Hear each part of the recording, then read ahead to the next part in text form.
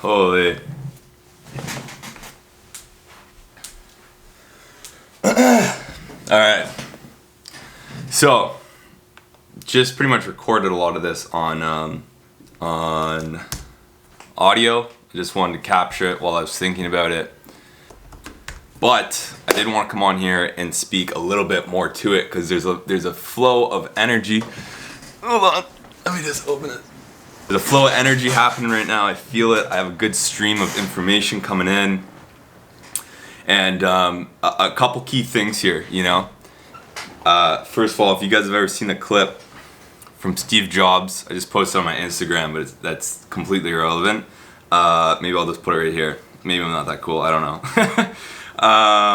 Yes, the thing of Steve Jobs, and where he's pretty much just saying, like, in life we grow up thinking life just the way life is, and grow up, you tend to get told that the world is the way it is, and your life is just to live your life inside the world. Try not to bash into the walls too much.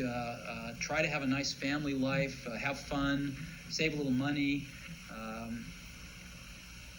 But life, that's a very limited life. Life can be much broader once you discover one simple fact, and that is everything around you that you call life was made up by people that were no smarter than you. And you can change it. You can influence it. You can build your own things that other people can use. And the minute that you understand that you can poke life and actually something will, you know, if you push in, something will pop out the other side, that you can change it, you can mold it. That's maybe the most important thing, is to shake off this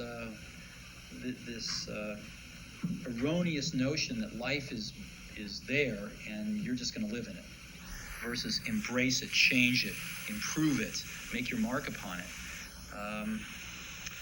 I think that's very important. And however you learn that, once you learn it, you'll want to change life and make it better, because it's kind of messed up in a lot of ways.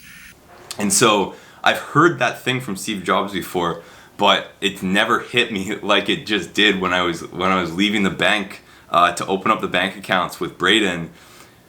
And right before we left, I think this is what got my mind, and then another thing happened. So we were leaving the bank account. Our banker, Cecilia, lovely lady, is like questioning us in a good way. So, like, you know, did you guys go to school? What are you guys doing? Thinking we're students, right? Because again, I'm a 97, Braden's a 96, so we're young. We should be, in her mind, okay, we should be in school or just graduating. Hence why the whole time she was labeling us students. Which again, there's in no way, shape, or form would I ever be mad for somebody calling me that. I actually take that as a compliment that somebody sees me as a student. Yet I can't say I'm up here, but I'm further along, right? I'm further along. I'm not better than anyone else. And it's so interesting to me. So that sparked it, because in her eyes, this is the path. She's not trying to bump into anything. So she was like, oh my God, this is so cool. Like, getting all giggly about it. And then it got me thinking, like, that's how she perceives things. First thing. Second thing is, this 30-year-old, however old she was probably like mid-30s, is looking down at us from an age perspective, but up at us from the perspective like, holy, like, good for you for going out of these lines that I've known my whole life and starting something. And she was kind of like, you know, curious, but trying to maintain professionalism. But because she was so fascinated by like what us students were doing, going outside of this box. And then and it's like, so going back to that thing that everybody can do it. It doesn't matter the age, the whatever, like, you just need to have the initial intent to create and start and build. And then the next thing that actually got me thinking was, and this is going more personal in how I think, so whether this is interesting to you or not, I posted a picture of myself on Instagram of like how fit I was November 2019. I was like 200, 205, like pretty diced. And it's so funny because when I was walking back, when I just looked at that picture again, it instantly clicked in because I was having this whole thought about the Cecilia banker and Steve Jobs of like, I would look at another mentor, I would call, I mean, I've learned quite a few things from him. I would look at another guy that's a bit younger than me and see his physique, that he was, has a good physique, but also in the entrepreneurial space and doing really well. And for whatever reason, this is how big of a mental game everything is. For whatever reason, I saw him just because he was doing better in business. His body was better than mine. And now thinking about it, like that's a fucking joke. And he would, even him, I know the kind of person he is. He wouldn't even say that. He would be like, dude, like your body's just as good, right? But that's the games we play, and it sounds funny even saying it out loud, but that's the mental games we play with ourselves, even though a lot of this has been pre-built over the years from corporations and the deep state and all the masterminds out there, the evil masterminds, if you want to call them, put anything on them, a label.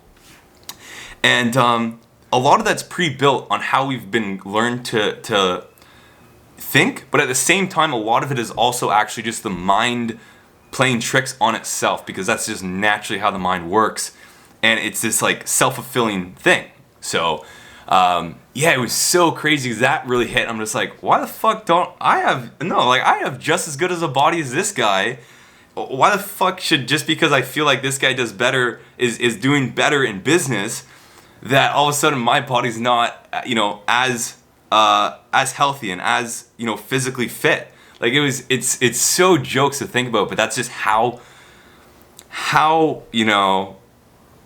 messed up our mind can be and how important it is. And I will continue to preach this for the rest of my life, of like, you have to meditate, you have to focus on yourself, you have to question things, be self-aware, always be conscious, and try to catch yourself anytime you're sleeping throughout the day. And when I mean sleeping, I don't mean physically asleep. I mean your conscious is asleep and you're on autopilot, because we can get ourselves in these fucking messed up mental roller coasters that just take us nowhere.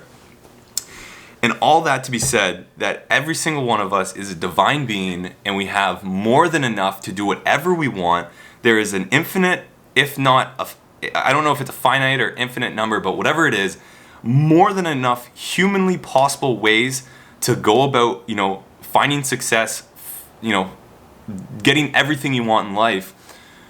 But it starts with the notion of I can. Like, just that concept in your mind and putting it and building that notion that I actually can do whatever I want, and I can serve people, and people find me valuable, and people want to hear from me, and I can serve and provide to these people. And there's more than enough for everybody to play in this market and still have not only an abundance of wealth, but more than enough, happiness and fulfillment, and have everybody else doing the same thing, right? Because it just, the way the world's work is everybody's at different stages and they need different things, and there's always going to be that middle class. And so if you recognize that, anyone who wants to transcend that even just a little bit and start serving the middle class, or serving the people that are 10 steps, 20 steps behind you, and getting out of the earn mentality where it's like, oh, I need to show up, this is how much money I can make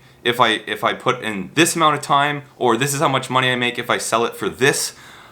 Stop getting into the stop being in the earn mentality, because then you start to sell, commodities, and you start to sell your time, and start getting into the serve mentality, where it's like, how big of a problem am I solving here, and how big of problems can I solve, right? Like, that's it. How big of problems can I solve? And when you start to look at it from a serve versus earn mentality, the game changes, your energy changes, how you think about the economic market, or the consumer market, from an economic standpoint. It changes how you show up in the market. I know for a fact my company, the Above Club, is going to show up differently when people look at the Above Club versus when they look up Platinum LED and Juve. And I'm saying this because you can go and look at the other two and then look at ours. You're going to feel different when you look at ours. And that's the difference, and that's literally the key is serve versus earn. And I've heard the whole serve thing time and time again, but and you'll probably hear it now, and you'll continue to hear it, and then all of these will go da, da, da, da, da, and it'll all click, and instantly you just felt it in your heart, you felt it in your soul, your consciousness, and you will now know what I mean. Maybe this is it. Maybe this is what you need. But I know for a fact I've heard it from multiple people of serve over just like look for the dollar in various ways. But now it's hitting me, especially because I'm showing up as CEO of this new company, being the leader, looking at how to get perceived in the market, how to establish yourselves. And I don't care if Juve's in the market. I don't care who's in the market, because I'm personally here to serve. Whether they're here to serve or earn, that's on them. But since I'm here to serve, my energy shows up different. And if they are here to serve, and you are in a market where it is competitive, but if you're there to serve, you shouldn't see them as competitors, okay? You should be aware of them, sure. But you should see them as allies to getting that product out to the consumers that need it faster, right? Serving the people faster, more effectively. Because how Juve's going to serve our red light therapy market versus how the Above Club is, and the segments we go after, and the experience they give versus we give, it's going to be completely unique. And how they do it versus we do it will be completely unique. And so someone's going to get served better by going with them if they're serving, not earning. Okay? They're still going to get served to an extent, but sometimes the earn is the bottom momentum, and hence the energy is different when you deal with them.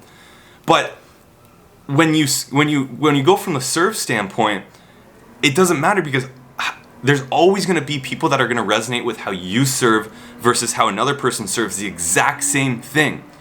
But you're only going to get over that if you're the business owner, or if you're operating in a team. You're only going to get over that if you pull out of the earn mentality and into the serve mentality.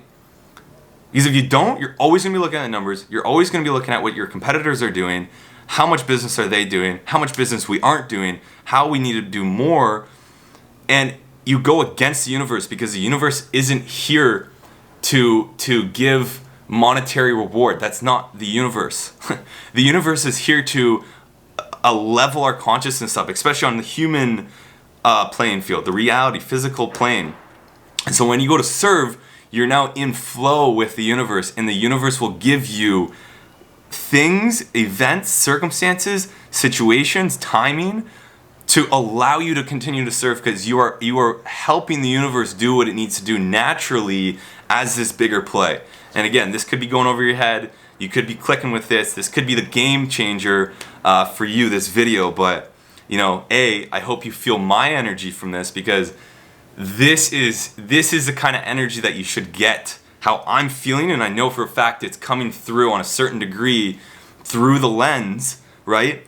And you can feel that I'm on that serve right now. It's been so inspiring to work with Colin and Braden so far, and how quickly we're moving, and just being in Vancouver. But I really wanted to bring that message of earn versus serve versus earn.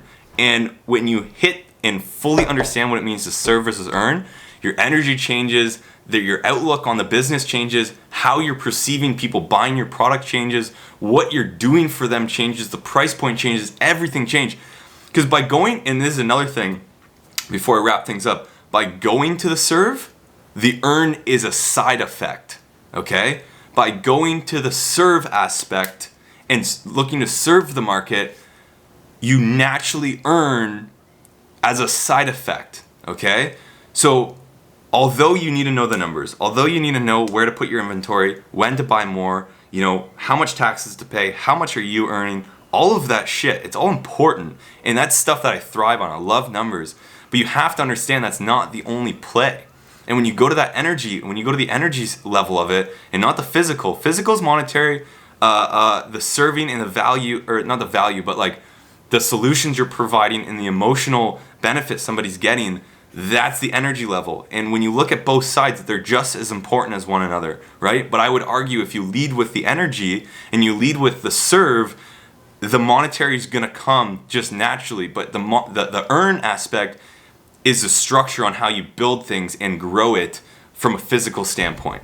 So Yeah, that is, like I said, there was some serious energy flow and information that I wanted to get out there. This will definitely be up on the YouTube. Hit me up if you're feeling this, right, on Instagram.